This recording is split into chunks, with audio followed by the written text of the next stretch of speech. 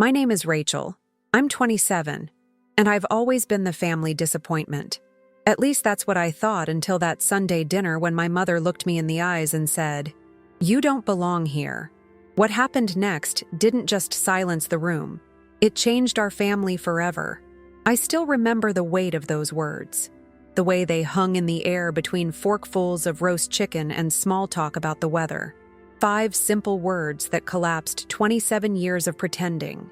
5 words that finally confirmed what I'd felt in my bones since I was old enough to understand that something about me was different. The dining room went silent.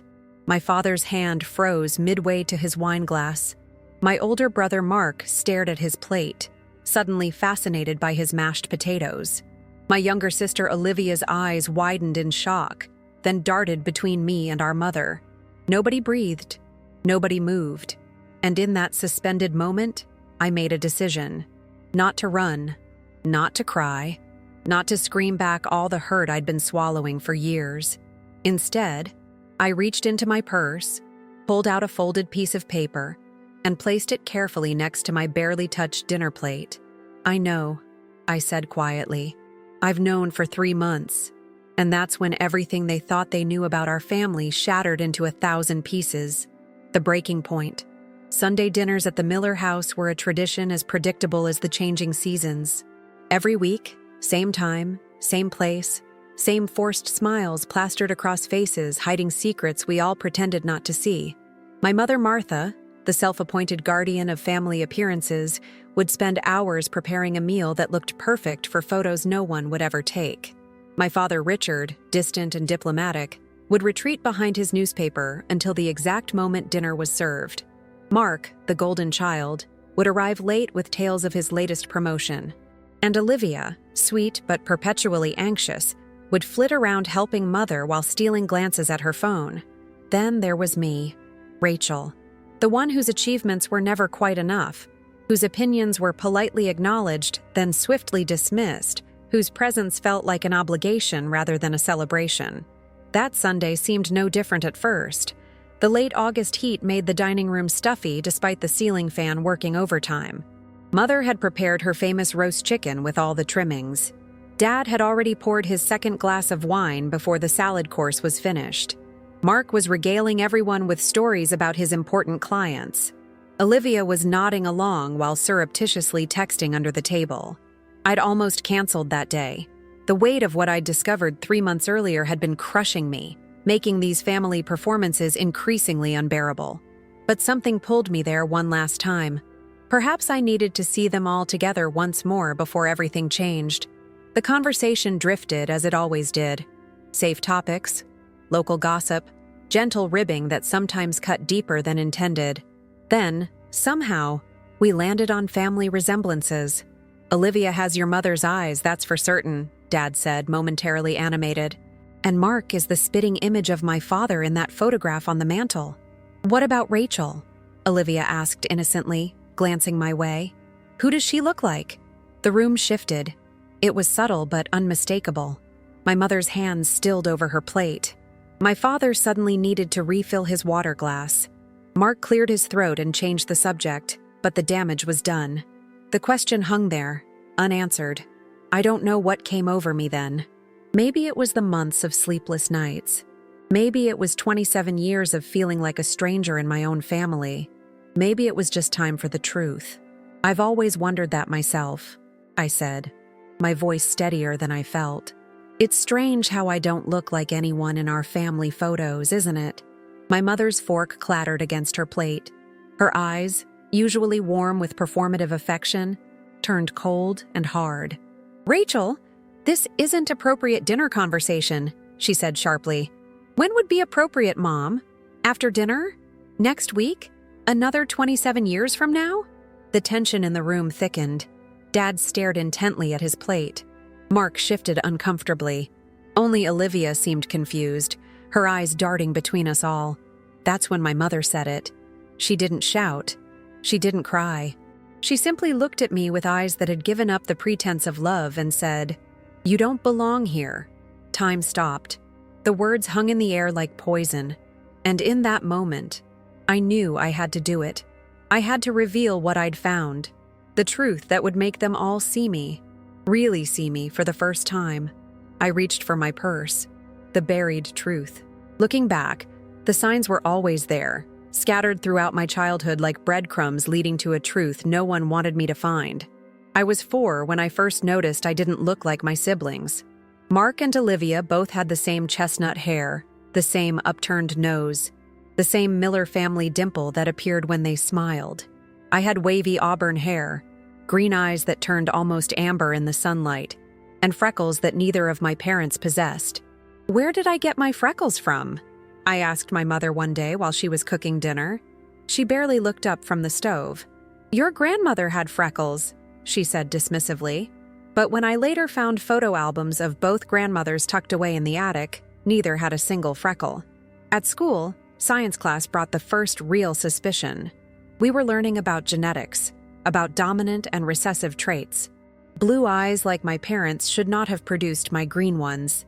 When I brought this up at dinner, my father choked on his drink, and my mother quickly explained that her aunt had green eyes. Another relative I never met. Another explanation I couldn't verify. Then there were the birthday parties. My siblings' celebrations were grand affairs with extended family driving in from 3 different states. Mine were smaller, quieter, with just the 5 of us and maybe 1 or 2 friends. No aunts commenting on how much I'd grown, no uncles slipping me extra presents when my parents weren't looking. Why doesn't Aunt Caroline come to my birthdays? I asked when I turned 10. She's busy, my mother said, her smile not reaching her eyes. She sends her love. As a teenager, the differences became more pronounced. When Mark struggled in school, my father spent hours at the kitchen table helping him with homework. When Olivia wanted to learn piano, they bought a baby grand and hired the best teacher in town. But my passion for photography was met with practical concerns about expense and practicality. Focus on something that can become a real career, my mother advised, her tone gentle but firm. Even my accomplishments were treated differently. When I graduated top of my class, my mother's response was a tight smile and, "That's nice, dear." When Mark graduated with average grades 2 years before me, they threw a party and invited everyone they knew. I told myself I was imagining things, that I was being overly sensitive, that all families have their dynamics, their favorites, their complications. I buried the questions that kept me awake at night, until 3 months ago. It started with a routine medical checkup. The doctor asked about family medical history, heart disease, diabetes, cancer. I rattled off what I knew from years of hearing my parents discuss their health concerns. But when the doctor asked specifically about my biological parents' history, something in her expression made me pause. "These are my biological parents," I said, confused. She glanced at her computer screen, then back at me. "I'm sorry. I must have misread something in your file," she said quickly. Too quickly. I couldn't let it go. After the appointment, I requested my complete medical records, telling the receptionist I needed them for an insurance claim. 3 days later, I sat alone in my apartment, staring at a single line in my birth record. Adoption finalized, June 12, 1998. I was adopted. I was 3 years old when the Millers took me in. Old enough to have memories, yet I remembered nothing before them. How was that possible? The room spun around me. Every strange interaction, every unexplained difference, every feeling of not belonging suddenly made terrible, perfect sense. For weeks, I said nothing. I dug deeper instead. I found the adoption agency through court records. I discovered I had been in foster care for nearly a year before the Millers adopted me. And most shocking of all, I learned my birth mother had tried to reclaim me just months after giving me up, but it was too late. The adoption was finalized. Who was I?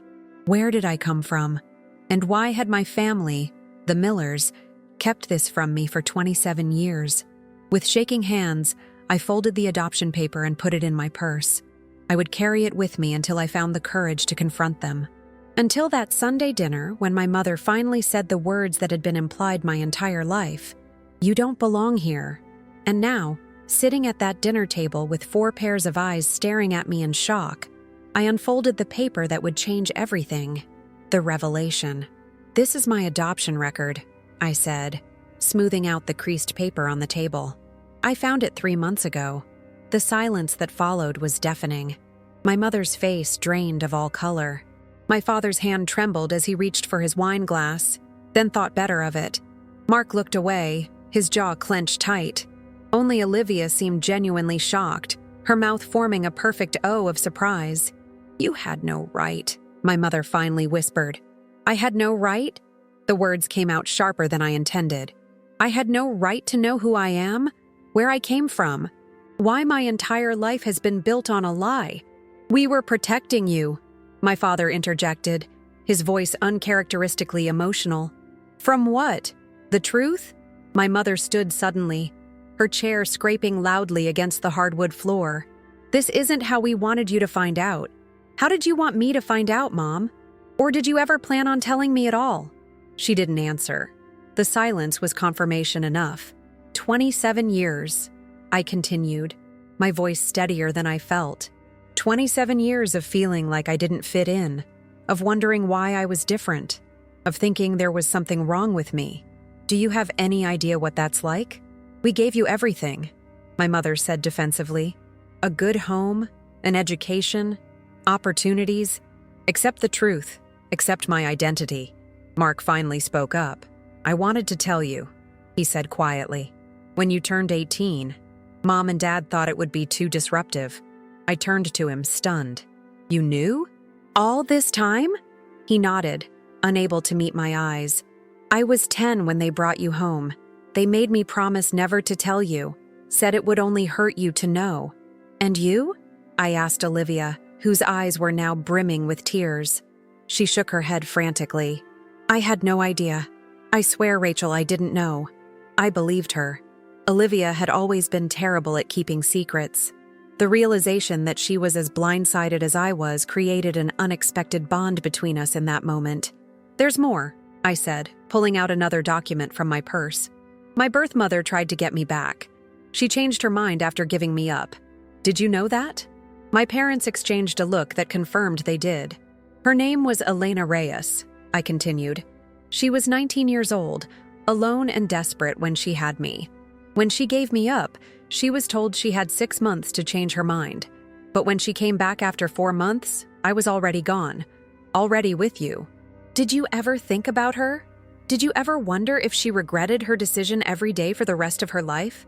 My mother sat back down slowly, her anger giving way to something that looked almost like guilt. "We were told she was unstable," she said softly, "that she couldn't provide for you. So you made sure she never had the chance to try." My father reached across the table, attempting to take my hand. I pulled away. "Rachel, please try to understand," he pleaded. "We couldn't have children after Mark. We'd been trying for years. When the opportunity came to adopt you, it felt like a miracle. We were afraid of losing you.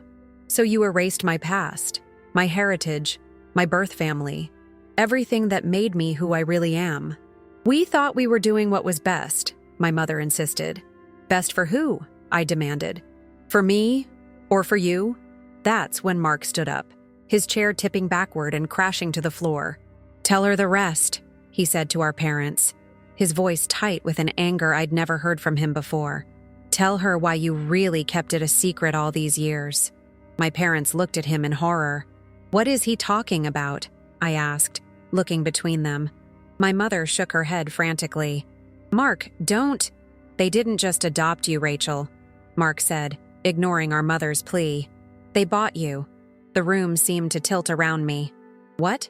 "The adoption wasn't entirely legal," my father admitted, his voice barely audible. "There were payments made, documents falsified. Your birth mother didn't just change her mind. She never properly consented in the first place." In that moment, I understood why they'd hidden the truth for so long. It wasn't just about protecting me. It was about protecting themselves. "So, I wasn't just adopted," I said slowly.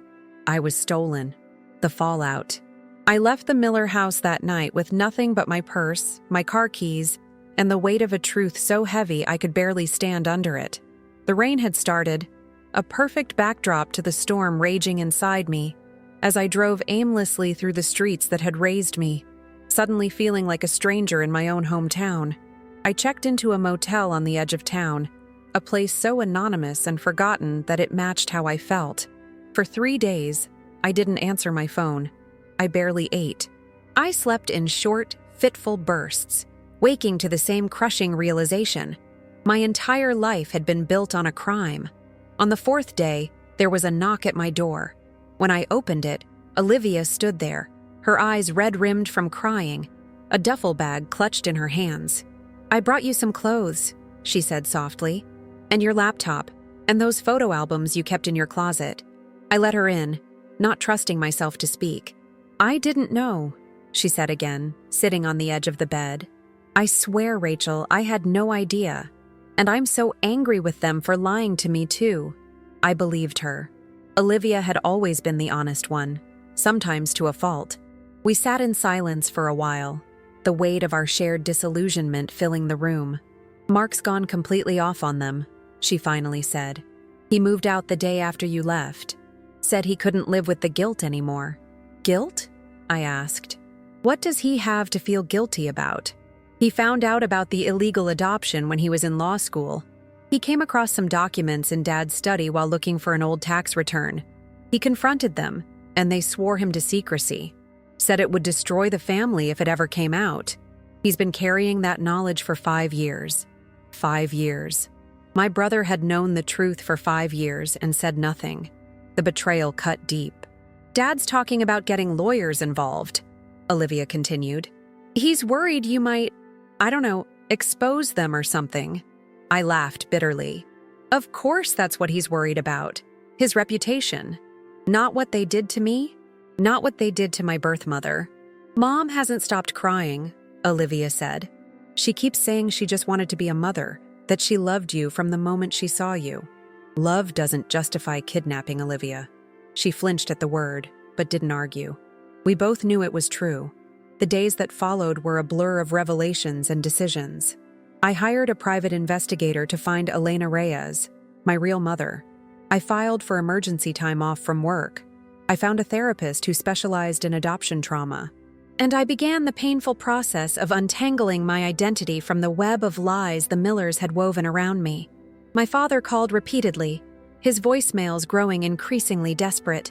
"Rachel, please, we need to talk about this as a family. We can work through this." But we weren't a family anymore. Perhaps we never truly had been. My mother took a different approach. She showed up at my workplace a week later, causing a scene that left my coworkers whispering for days. "After everything we've done for you," she hissed as security escorted her from the building. "This is how you repay us?" Mark was the surprise. He called me 2 weeks after the dinner, his voice hesitant on the phone. "I've been talking to a friend who works in family law," he said. "There might be a way to help you find your birth mother officially, through the courts." "Why would you help me?" I asked, still raw with hurt. "Because I should have helped you years ago," he replied simply. Olivia became my unexpected ally, the bridge between my old life and whatever came next. She brought me updates, delivered messages, and most importantly, listened without judgment as I worked through my rage and grief. Then came the day the private investigator called. "I found her," he said. "Elena Reyes is alive. She's living in Arizona, and she's been looking for you too." The world stopped spinning for a moment. My birth mother was alive. She had been searching for me. All these years while I was growing up feeling like I didn't belong, there was someone out there who wanted me, who had tried to get me back. I sat with that knowledge for days, afraid to hope, afraid to believe that something good could come from this nightmare. When I finally gathered the courage to call the number the investigator had given me, my hands shook so badly I could barely dial. A woman answered on the 3rd ring. Her voice was warm, with a slight accent I couldn't place. "Hello?" she said. "Is this Elena Reyes?" I asked, barely breathing. "Yes, who's calling?" "My name is Rachel," I said, my voice breaking. "I was born on April 18th, 1998. I think you might be my mother." The silence that followed felt eternal. Then I heard a sound, a soft, disbelieving sob. "Marisol?" she whispered. "Is it really you?" Marisol. My name, my real name. the reconstruction. Marisol Elena Reyes. The name felt foreign on my tongue, yet somehow right in my heart. I wrote it down dozens of times in the weeks that followed, testing its shape and weight, wondering if it could ever truly belong to me after 27 years as Rachel Miller. Elena and I spoke for hours that first night, both of us crying and laughing through the impossible distance that separated us. She told me how she'd been abandoned by my biological father when she got pregnant at 18, how her strict Catholic family had turned their backs on her, how she'd made the agonizing decision to give me up temporarily while she got back on her feet. "I only needed a few months," she said, her voice thick with decades-old grief. "I found a job, a small apartment. I went back for you, but they told me you were already gone, that the adoption was final. They said I'd signed away my rights permanently, but I never did. I never would have. She had searched for me for years, hiring lawyers she couldn't afford, hitting dead ends at every turn. The private adoption agency had closed. Records were sealed. Eventually, she was forced to accept that she might never find me. But I never stopped looking for your face in crowds," she told me. "Never stopped celebrating your birthday every year. Never stopped wondering who you were becoming." 2 weeks later, I flew to Phoenix. Elena was waiting at the airport, and I recognized her immediately. We had the same eyes, the same high cheekbones, the same way of tucking hair behind our left ear. As we embraced for the first time in 27 years, something broken inside me began to heal. Elena's life hadn't been easy, but she had persevered. She'd put herself through nursing school, married a kind man named Carlos who welcomed me with open arms, and had 2 children, my half-siblings, Miguel and Sofia, who looked at me with wonder and immediately started calling me Hermana Mayor. "You have her smile," Miguel, 16 and earnest, told me on my second day there. Mom always said her firstborn had her smile. I learned about my Mexican heritage, about the grandparents I'd never known, about family traditions that should have been mine. Elena showed me photos of her parents, my grandparents, and I saw where my auburn hair came from. My grandfather had been of Irish descent, with the same reddish hair and freckles I'd spent a lifetime wondering about. Meanwhile, back home, the Millers' carefully constructed world was unraveling. Through Olivia, I learned that an investigation had been opened into the circumstances of my adoption. The lawyer who had facilitated it, now retired and facing potential disbarment, had come forward with damning evidence against my parents. "Dad might face charges," Olivia told me during one of our nightly calls. "Mom's a mess. She keeps saying she did it out of love, but I don't think she understands that love doesn't excuse what they did." Mark had cut ties with our parents completely, his moral compass finally finding true north after years of compromise. He sent me a long email, parts confession, parts apology. "I convinced myself that keeping their secret was protecting you," he wrote, "but I was really just protecting them, and myself, from the consequences of a terrible wrong. I hope someday you can forgive me, but I understand if you can't." Forgiveness, I was learning, was complicated. It wasn't a single decision but a process, one that couldn't be rushed or forced.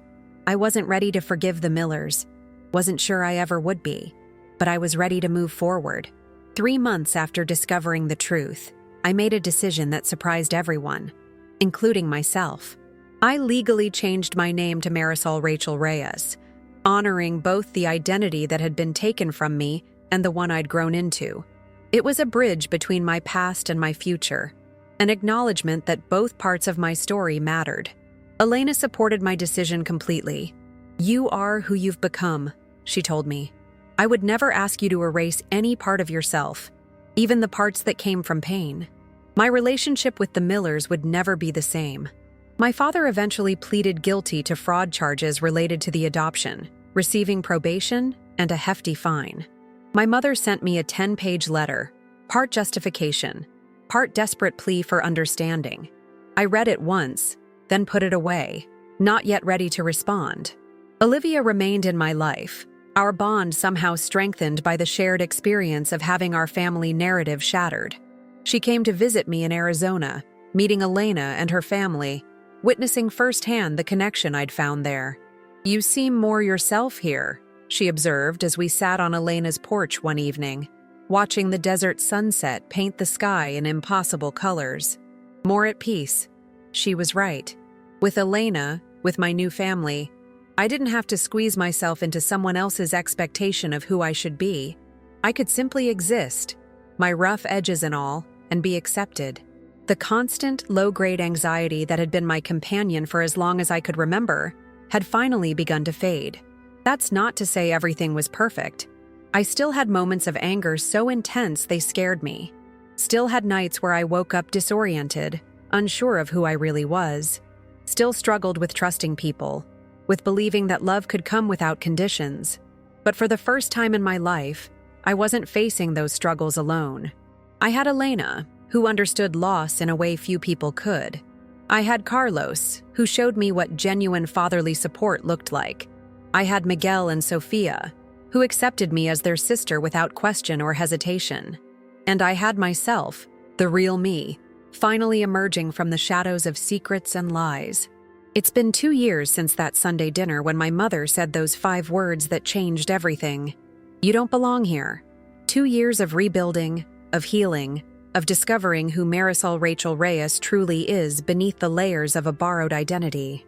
I live in Tucson now, close enough to Elena and her family to have Sunday dinners, real ones, filled with laughter and honesty and the comfortable chaos of people who genuinely love each other. I've started a photography business, specializing in family portraits that capture the authentic connections between people. There's something powerful about documenting real love, real belonging, after spending so long in its absence. The legal battle with the Millers eventually settled.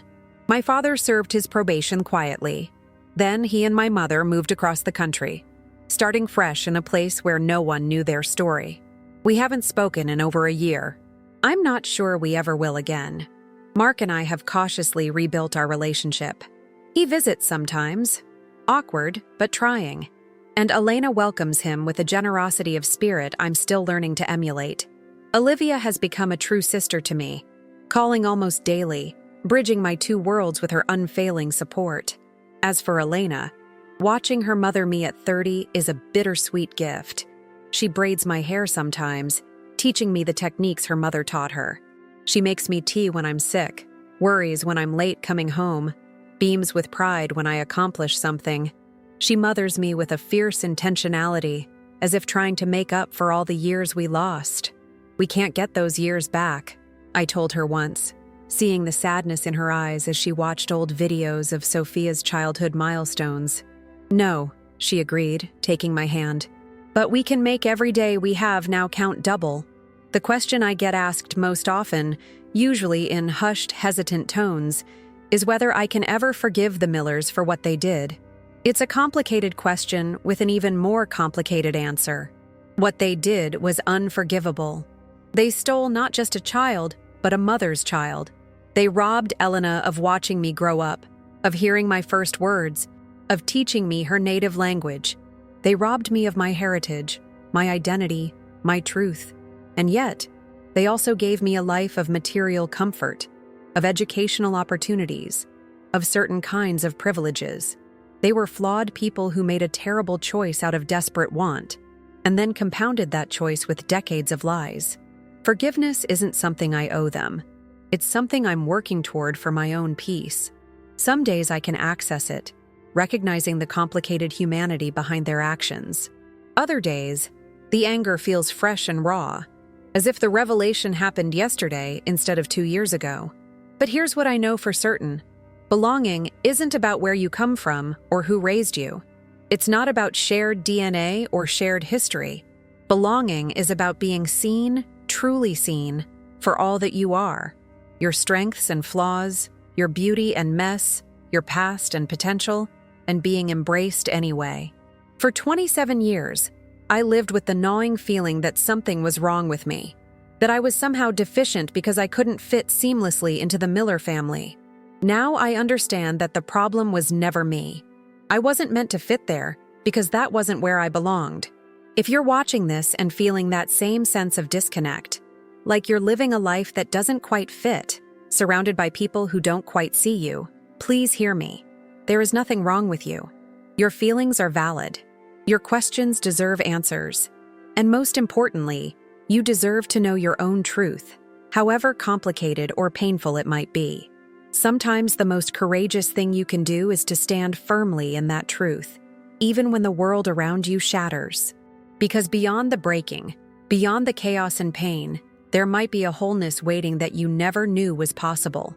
I found mine in the arms of a mother who never stopped looking for me, in the embrace of siblings I never knew I had, and in the mirror where I finally recognized the woman looking back at me. My name is Marisol Rachel Reyes, and I know exactly where I belong.